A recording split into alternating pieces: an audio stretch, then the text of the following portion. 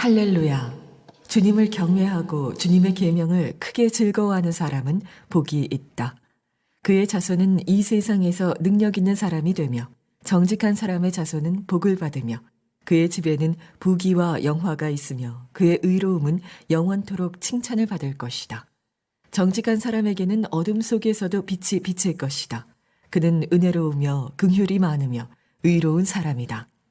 은혜를 베풀면서 남에게 꾸어주는 사람은 모든 일이 잘 될 것이다. 그런 사람은 일을 공평하게 처리하는 사람이다. 그런 사람은 영원히 흔들리지 않을 것이다. 의로운 사람은 영원히 기억된다. 그는 나쁜 소식을 두려워하지 않으니 주님을 믿음으로 그의 마음이 굳건하기 때문이다. 그의 마음은 확고하여 두려움이 없으니 마침내 그는 그의 대적이 망하는 것을 볼 것이다.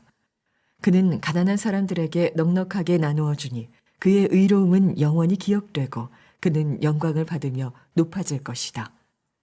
악인은 이것을 보고 화가 나서 이를 갈다가 사라질 것이다.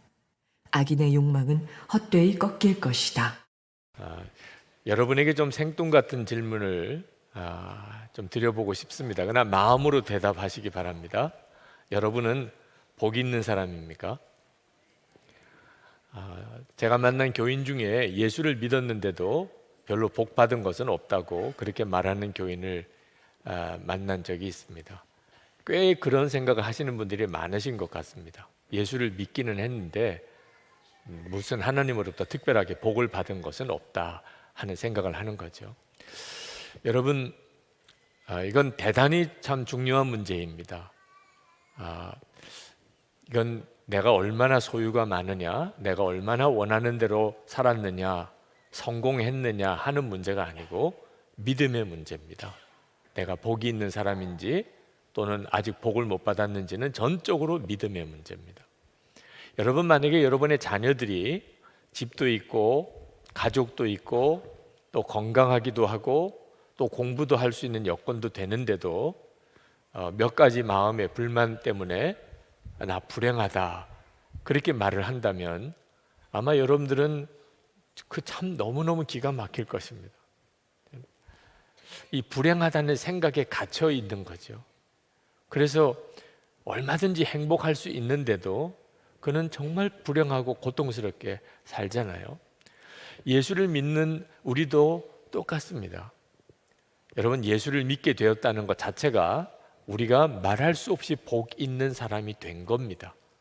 앞으로 복을 받아서 복 있게 되는 것이 아니고 예수를 믿을 때 우리는 이미 복 있는 사람이 된 것입니다.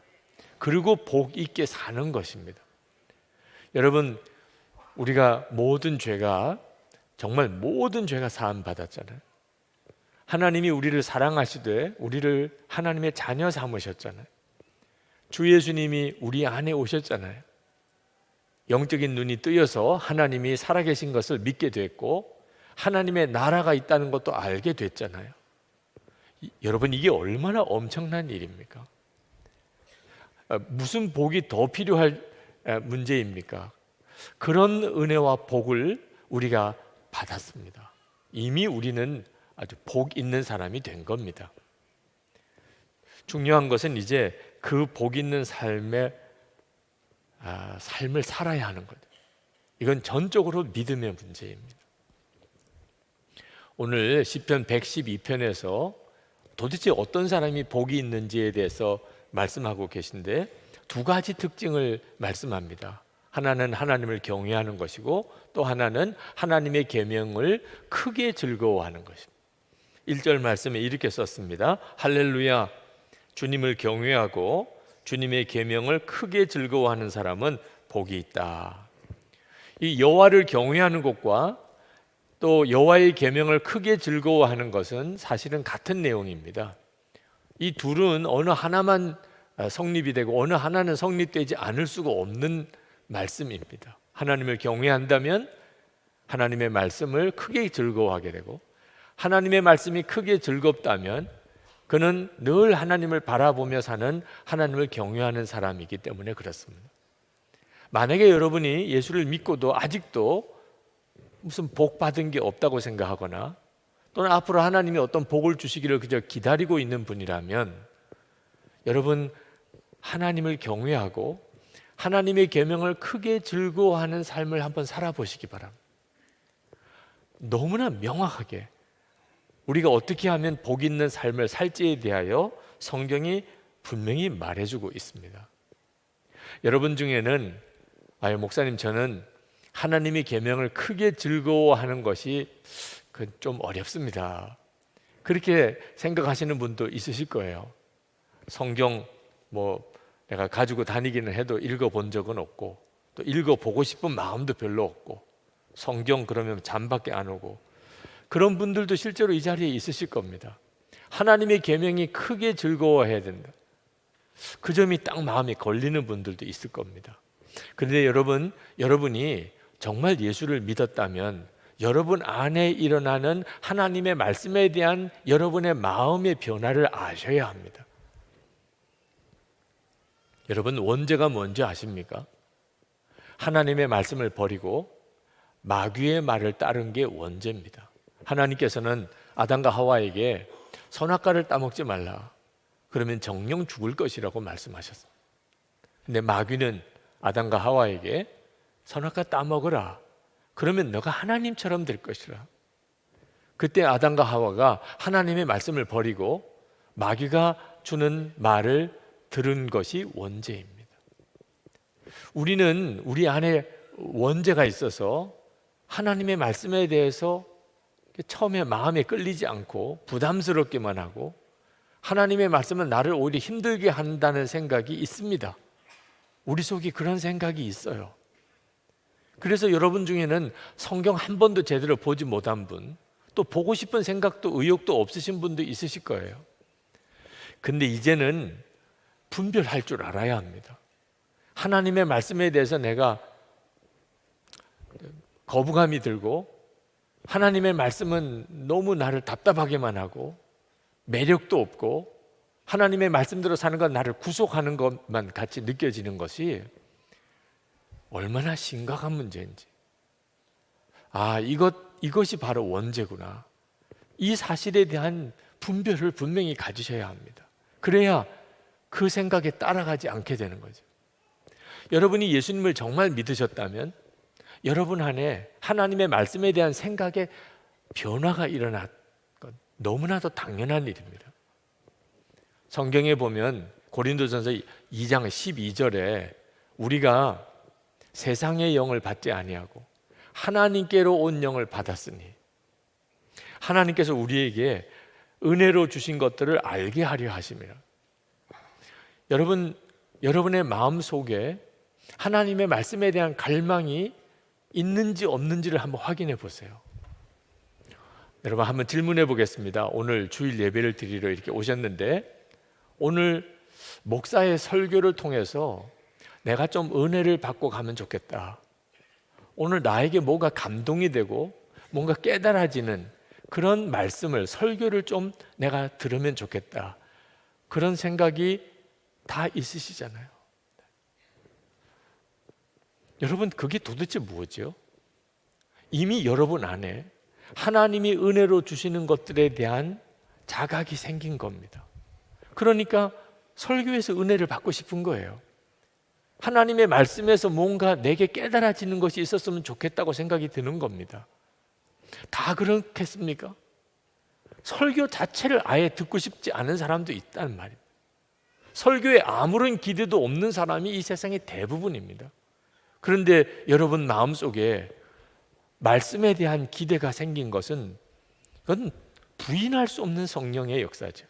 세상의 영을 받지 아니하고 하나님께로 온 영이 여러분 안에 있다는 뜻이죠. 물론 아직까지는 하나님의 말씀이 크고 즐겁지는 않습니다. 그러나 하나님의 말씀이 크고 즐거울 씨앗은 이미 여러분 안에 뿌려졌고 자라고 있잖아요. 여러분이 그 사실을 주목해야 합니다. 하나님의 말씀에 대한 내 마음의 변화가 일어나고 있는 겁니다. 저는 항상 설교하는 것이 힘듭니다. 설교 준비하는 건 더 힘듭니다. 그렇지만 저는 설교자가 되었기 때문에 지금 제가 있다는 사실을 깨닫고 하나님께 늘 감사합니다. 저는 설교 준비하다가 울었던 적이 많이 있습니다. 하나님, 정말 너무나 놀랍군요. 하나님, 이것이 진리군요. 무슨 설교를 했다고 무슨 사례를 주지 않아도, 또는 많은 사람이 모여서 제 설교를 듣지 않아도, 심지어 제가 설교했던 내용 때문에 누가 나에게 돌을 던진다 하더라도 하나님 충분합니다. 말씀을 준비하면서 깨달은 은혜가 너무나 놀라웠어. 저는 설교할 때마다 제가 가장 먼저 은혜 받는 자고, 제가 가장 많은 은혜를 받은 자라는 사실에 대해서 때때로 성도들에게 미안할 때도 있습니다. 우리가 말씀을 잘 몰라서 그렇지, 하나님의 말씀을 읽고 묵상에 들어가다 보면 정말 설명할 수 없는 기쁨이 이 말씀 속에 있습니다. 여러분 모두가 다 그 복을 받은 사람입니다. 시편 112편에 보면 그들이 어떤 복을 받게 되었는지 말씀하고 있습니다. 하나님을 경외하는 사람, 하나님의 계명을 크게 즐거워하는 사람은 어떤 복을 받았는지, 자손들이 이 세상에서 능력 있는 사람이 되며 그의 집에는 부귀와 영화가 있으며 은혜를 베풀며 꾸어주고 재물을 흩어 빈궁한 자들에게 나누어 주며 부와 재물을 공의 가운데 사용하며 흉한 소문과 대적하는 악인으로 인하여 두려워하지 않는 삶을 살게 된다고 말씀하고 있습니다. 정말 부러운 거죠. 누구나 다 이렇게 살고 싶겠죠. 근데 여러분, 오늘 이 복이 있는 사람이 어떤 사람인지 대한 말씀 중에 우리가 진짜 주목해 보아야 될 구절이 있습니다. 부귀와 영화를 누리고 자식들이 잘 된다는 것, 거기에 초점을 두시면 안 됩니다. 그것은 이 세상의 짝퉁 복음, 짝퉁 행복에도 보장해 준다고 우리를 미혹하고 있는 내용들입니다. 자식이 잘 되고 부귀 영화를 누리고, 그게 다 복인 줄로 생각하는, 진짜 복은 그것 가지고 분별하기 어렵습니다. 진짜 복이 뭔지 오늘 말씀에 세 부분이 뚜렷하게 우리 가운데 우리의 생각을 사로잡습니다. 첫째가 정직하고 의로운 사람이 되는 것입니다. 2절, 4절 말씀에 보면 정직한 사람이라고 표현하고 있고, 4절, 6절에 보면 의로운 사람이라고 말을 합니다.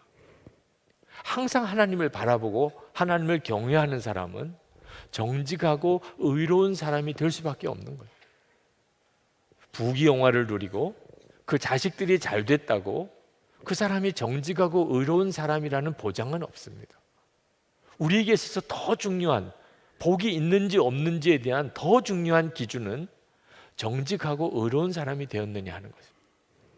어느 초등학교에 시험을 보는 시간, 시험 치는 시간인데 선생님이 이제 감독을 하고 아이들이 시험을 봅니다.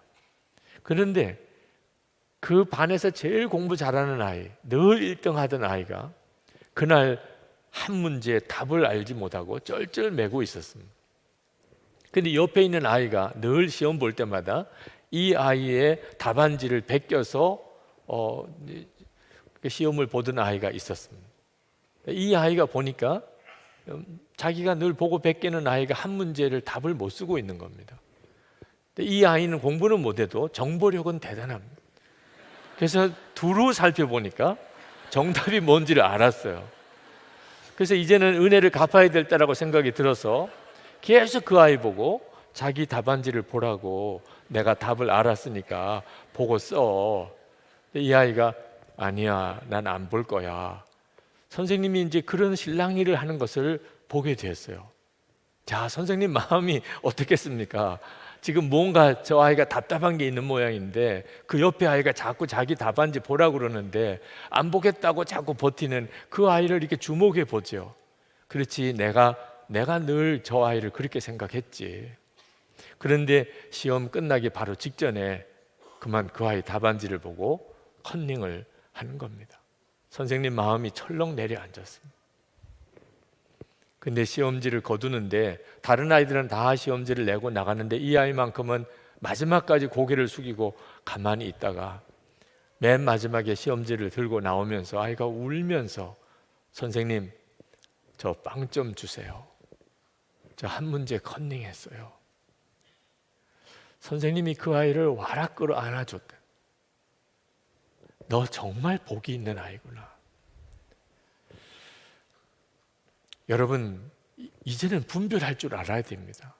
복은 하나님이 주시는 것. 하나님은 우리를 너무나 잘 아십니다. 진짜 복이 있는 사람은 정직한 사람, 의로운 사람입니다.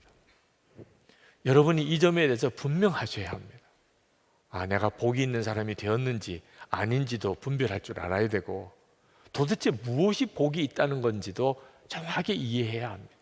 두 번째가 5절 말씀에서 나옵니다.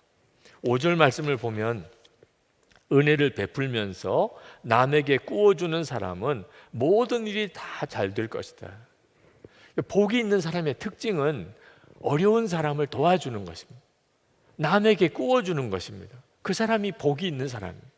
왜냐하면 자기가 복이 있으니 자기는 받을 사람이 아니고 줄 사람이라고 하는 생각이 분명한 겁니다. 나는 하여튼 도와줘야 되는 사람이야. 왜? 하나님이 내 아버지시니까, 내게 복이 있으니까 나는 도와줘야 되는 사람이라. 왜 내게만 달라고 그러냐? 왜 내게만 도와달라고 그러냐? 그런 마음이 아니에요. 내가 복이 있으니까 당연히 그렇지. 여러분, 이건 정말 굉장히 놀라운 일입니다. 태국의 언어 중에 농부에 대해서 자콘이라고 그렇게 부른다고 그럽니다. 근데 이 자콘이라는 단어의 뜻은 가난한 운명을 타고난 이라, 그런 뜻입니다. 그러니까 태국의 농부들은 가난한 운명을 타고났다고 생각하는, 왜? 자기가 자콘이니까. 그래서 가난이 대를 이어 내려가는 겁니다. 왜? 우리는 가난의 운명을 타고난 사람들이니까. 생각이 얼마나 무서운 줄 아십니까? 안희숙 여사가 쓴 죽으면 죽으리라고 하는 간증책에 보면 일제시대 때 신사참배 거부하고 감옥에 갇혔을 때, 그때 그 감옥에서 자기도 힘든데 그 흉악범들, 온갖 죄를 짓고 같이 수용되어 있는 그 사람들을 정말 지극정성으로 섬겼던 이야기를 그가 쓰고 있습니다. 얼마 주지 않는 밥마저도 그것을 덜어서 더 먹고 싶은 사람들에게 나누어 주며 그렇게 지냈던 거예요. 그러면서 그가 간증하기를 자기가 감옥에서 어려운 사람들, 그런 사람들을 도와주면서 자기 영혼이 살았다는 거예요. 그 감옥 생활 중에 자기가 영적으로 침체되지 않을 수 있었다는 거예요. 도와주면서 자기가 살았다는 거예요. 여러분, 어떻게 그럴 수 있죠? 믿음 때문입니다. 나는 도와줘야 될 사람이야. 자기 자신도 지금 감옥에 갇혀 있는 죄수면서 거기서도 나는 도와줘야 될 사람이야. 복이 있는 사람이니까. 나는 하나님의 딸이니까. 그게 안희숙 사모님을 놀랍게 바꾼 거예요. 그 감옥 생활 중에. 주님께서 주라, 그리하면 너에게 줄 것이니 곧 후히 되어 누르고 흔들어 넘치도록 하여 너에게 안겨주리라. 누가복음 6장 38절에서 말씀하셨는데, 복이 있는 사람이니까 이렇게 하라고 하시는 거예요. 복이 없는 사람에게 어떻게 이렇게 말씀하실 수 있겠어요? 중국을 가보면 중국은 진짜 큰 나라구나 하는 것을 실감합니다. 일본을 가보면 일본은 정말 깨끗한 나라구나, 어쩌면 이렇게 정리정돈 완벽한 나라가 될 수 있을까 감탄이 됩니다. 강대국이죠. 그죠? 큰 나라, 아주 깨끗한 나라, 그게 힘이 있는 나라라는 증거이기도 하죠. 그런데 복이 있는 나라라는 느낌은 잘 안 오더라고요. 여러분, 복이 있는 나라는 큰 나라 또는 깨끗한 나라로만으로는 아직 설명되기가 어렵습니다. 복이 있는 나라는 온 국민들이 다른 사람을 도와주려고 하는 마음을 가지고 있는 그런 나라가 복이 있는 나라예요. 중국을 가보고 일본을 가보면 참 이 나라들이 강대국이구나 하는 것은 알겠지만 복이 있다고 느껴지지 않는 것은 국민들의 마음속에 다른 사람을 도와야 되겠다, 어려운 사람을 도와야 되겠다, 다른 나라를 도와야 되겠다, 이런 의식이 없으니까 그런 거예요. 여러분, 우리나라가 복이 있는 나라가 되려면 어떻게 하면 됩니까? 우리나라의 국민의 20%가 기독교인입니다. 예수를 믿는 우리들이 진짜 복이 있는 사람이 되면 앞으로 복을 받고 싶은 게 아니고 이미 복이 있는 사람이 되어 복이 있는 사람으로 살면 어려운 사람 도와주는 게 우리의 일이에요. 그게 우리가 해야 될 사명이에요. 이렇게 우리가 살기 시작하면 우리나라는 정말 복이 있는 나라가 되는 겁니다. 저희 교회가 이 큰 예배당 건축 때문에 건축 부채가 아주 많이 있습니다. 처음에 이 예배당을 다 짓고 난 다음에는 상상할 수 없을 정도의 건축 부채가 있었고 이자도 제대로 갚기가 어려울 만큼 계속되는 위기 상황을 보내야 됐습니다. 그런데 하나님의 은혜로 교회가 힘을 얻어서 이제는 이자 정도는 능히 갚을 수 있겠다, 그런 단계가 됐습니다. 그때가 2012년이었던 것 같습니다. 이제는 이자 문제 때문에는 더 이상 걱정하지 않을 정도로 교회가 컸습니다. 물론 원금 부채는 여전히 많이 있지만, 근데 그때 하나님께서 제 마음속에 어떤 마음을 주셨냐면 분립개척을 시작하라, 그런 마음을 주셨습니다. 교회 하나를 분립개척하려면 상당한 재정도 들고 교인도 같이 가야 합니다. 우리 교회가 아직도 부채 원금을 제대로 갚지도 못하고 있는데 지금부터 이렇게 분립개척을 하면 이거 부채는 언제 다 갚아요? 그런 생각이 당연히 들만도 한데 제 마음속에는 마치 그게 너무너무 행복한 일처럼 그런 갈망이 일어나는 겁니다. 그래서 이것은 하나님이 주시는 생각이라는 생각이 들었어요. 사람의 본성으로는 그럴 수가 없는 거죠. 그래서 2013년 장로님들이 다 함께 동의해 주셔서 분립개척교회를 시작을 했습니다. 올해 이제 두 교회를, 또 올해는 또 하나님이 두 교회를 분립개척하게 하셔서 이제 7번째 교회까지 우리가 분립개척을 준비하고 있습니다. 그 일이 제 마음에 기쁘고 감사한 이유는 우리가 복이 있는 사람의 믿음을 가졌구나 하는 것 때문이에요. 우리 교회 부채 문제 여전히 우리에게도 과제입니다. 그러나 우리는 믿습니다. 하나님이 우리의 아버지시니까, 이 교회가 주 예수님의 교회니까 주님이 능히 우리의 문제를 다 책임져 주셨다고 믿습니다. 우리가 할 일은 주는 거죠. 주님이 그렇게 말씀하셨잖아요. 주라. 그러니 우리는 힘을 다하여 주는 거죠. 세 번째로 진정으로 복이 있는 사람의 특징이 두려움이 없다는 것입니다. 6절에 그런 사람은 영원히 흔들리지 않을 것이다. 7절에 그는 나쁜 소식을 두려워하지 않으니 주님을 믿음으로 그의 마음이 굳건하기 때문이다. 많은 성도들이 하나님의 말씀대로 살지 못하는 이유가 뭔지 아십니까? 두려움 때문입니다. 내가 하나님의 말씀대로 살면 정말 하나님께서 나를 책임져 주실까? 내가 하나님의 말씀대로 순종하면 정말 하나님이 역사하실까? 그게 믿어지지 않으니까. 그러니까 하나님의 말씀대로 살 용기가 없는 겁니다. 하나님의 말씀대로 살지 못하니까 하나님이 역사하실 수가 없는 것이에요. 그런데 복이 있는 사람은 하나님을 믿습니다. 하나님의 살아계심을 압니다. 여러분, 우리가 하나님의 계명을 크게 즐거워하는 비밀은 좋으신 하나님을 믿기 때문에 그렇습니다.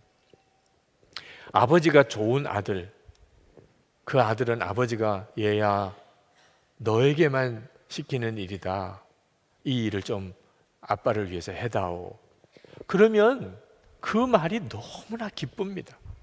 아버지가 나에게만 이 일을 시켰어. 형도 있고 동생도 있는데 나에게만 시켰어. 그게 오히려 기쁨이에요. 아버지가 좋으니까. 근데 아버지가 좋은 느낌이 없는 아들은 얘야 너에게만 시킨다. 나를 위해서 이것 좀 해줘. 화가 납니다. 아니 형도 있고 동생도 있는데 왜 나만 해야 돼?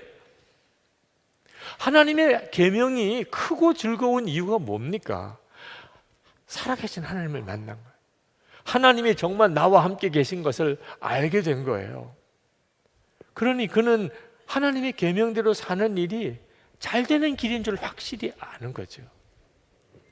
흉흉한 소문이 들려옵니다. 아주 뭔가 안 좋은 어떤 이야기들이 계속 들려옵니다.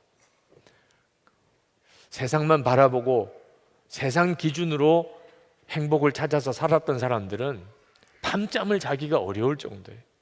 그런데 하나님을 믿는 사람은, 정말 믿어지는 사람은 그 흉흉한 소문, 또 안 좋은 이야기들, 누가 나에게 대해서 오해하고 나를 비난하고 그런 말들 앞에서도 두려워하지 않습니다. 하나님이 다 책임져 주실 것, 인도하실 것, 모든 것을 다 하나님이 옳고 그르게 다 분별하게 해 주실 것을 믿기 때문에 고린도후서 4장 8절 이후에 10절까지 우리가 사방으로 우겨쌈을 당하여도 쌓이지 아니하며 답답한 일을 당하여도 낙심하지 아니하며 박해를 받아도 버림받지 아니하며 거꾸로 뜨림을 당하여도 망하지 아니하고 우리가 항상 예수의 죽음을 몸에 짊어짐은 예수의 생명이 또한 우리 몸에 나타나게 하려 함이라. 정말 예수를 믿고 내가 복이 있다고 믿어지는 사람은 어떤 환난과 어려움이 와도 그는 무너지지 않습니다. 여러분이 예수를 믿으셨다면 여러분은 이미 복이 있는 사람인 것을 믿으셔야 합니다. 그리고 그 복이 있는 사람이기 때문에 복이 있게 사는 겁니다. 그때부터 하나님의 역사가 나타나는 겁니다. 저는 어릴 때부터 영락 없는 목사라는 소리를 듣고 자랐어요. 아니 조그마한 어린 아이인데도 야 너는 영락 없이 목사구나. 그건 제가 어릴 때부터 아주 남다르게 정말 목사다운 사람이었기 때문이 아니었어요. 제가 어릴 때부터 들었던 말이 하나님께 바친 목사라는 거예요. 그 어린아이 때 그 말은 저에게서 엄청난 영향이 되었습니다. 목사의 아들로 자라면서 큰아들이라 하나님께 바쳐졌다는 거예요. 그래서 나는 목사밖에 될 다른 길이 없는 거예요. 여러분 생각해 보세요. 5살, 6살 되는 아이가 나는 목사가 돼야 돼. 이제 초등학교 다니는 아이가 나는 목사야. 이제 중학교, 고등학교 사춘기를 보내는데 나는 목사가 될 팔자야. 어떻게 살겠어요? 그러니까 사람들이 볼 때 넌 영락 없이 목사구나. 그렇게 살게 되는 겁니다. 생각이 그렇게 중요해요. 여러분 그렇다면 여러분이 나는 하나님의 사랑하는 자녀야. 하나님이 내 아버지셔. 나는 이미 정말 말할 수 없는 복을 받았어. 나는 주는 사람이지 받는 사람 아니야. 나 어떤 것도 이제 두렵지가 않아. 여러분이 그런 마음과 생각을 가지고 산다면 여러분의 인생이 어떻게 변할까요? 이건 너무너무 중요해요. 나는 복도 못 받았어. 예수를 믿고도 그렇게 생각에 빠지면 안 됩니다. 오늘 말씀을 다시 한번 같이 읽어보면 좋겠습니다. 1절 말씀 다 같이 읽겠습니다. 할렐루야. 주님을 경외하고 주님의 계명을 크게 즐거워하는 사람은 복이 있다. 아멘. 여러분에게 정말 말씀의 부흥이 임하여서 하나님의 계명이 크게 즐거워하는 역사가 일어나게 되기를 축복합니다. 제2차 대전 때 영국의 맥도널드 목사님, 그분이 군인으로 참전을 했을 때 그때 독일군의 포로가 되어서 포로 수용소 생활을 했습니다. 근데 하루는 새벽에 친구가 다 급히 깨우더래요. 그래서 무슨 일이냐 그랬더니 그들이 오고 있다는 거예요. 이 친구는 기술자인데 그 수용소에서 라디오를 조립해 가지고 그래서 그 바깥에 뉴스를 라디오로 듣고 그걸 포로들에게 이렇게 전해주는 역할을 했습니다. 그런데 노르만디 상륙 작전 성공했다는 BBC 뉴스를 들은 거예요. 그들이 온다는 것, 이건 그들에게, 포로들에게는 암호입니다. 연합군이 이제 진격에 온다는 뜻. 그 새벽에 수용소에 있는 모든 사람에게 전해졌어요. 그들이 온다, 그들이 온다. 그들이 왔다는 거예요. 아침에 그 운동장으로 포로들이 나와서 춤을 추면서 기뻐합니다. 외치기를, 그들이 왔다는 거예요. 그들이 온다는 것입니다. 그 모습을 지켜보는 막루에 있는 독일군 병사들, 총뿌리를 그들에게 겨누고 있는 그 병사들이 볼 때는 완전히 미친 사람, 집단적으로 미쳤구나, 그렇게 생각하면서 그 연합군 포로들이 그렇게 기뻐하고 소리 지르는 것을 보고만 있었다는 거죠. 여러분, 이것이 예수 믿는 우리들 이야기예요. 정말 우리야말로 그렇습니다. 우리는 주님이 오셨다는 사실을 알잖아요. 주님이 내 마음에 임하셨잖아요. 정말 그분이 오셨잖아요. 우리는 하나님의 나라가 있다는 것도 알잖아요. 하나님의 말씀의 성경 속에 너무나 놀라운 복음이, 하나님의 계획이, 하나님이 역사하실 일들이 다 기록되어 있다는 거예요. 정말 춤을 추면서 기뻐할 일이죠. 세상 사람들이 볼 때는 완전히 미친 사람 같이 여겨질 정도. 여러분, 바로 그 믿음 때문에 우리가 세상에 정직하고 의로운 사람으로, 그리고 주고 또 주는 사람으로, 그리고 세상 어떤 일들로 인하여도 두려워하지 않는, 그래서 끝까지 하나님의 말씀대로 살아갈 수 있는 사람이 되는 것입니다. 오늘 이 시간 여러분에게 그 은혜가 있기를 축복합니다. 여러분 모두가 다 정말 복이 있어 복 있는 자의 삶을 살게 되기를 축원합니다.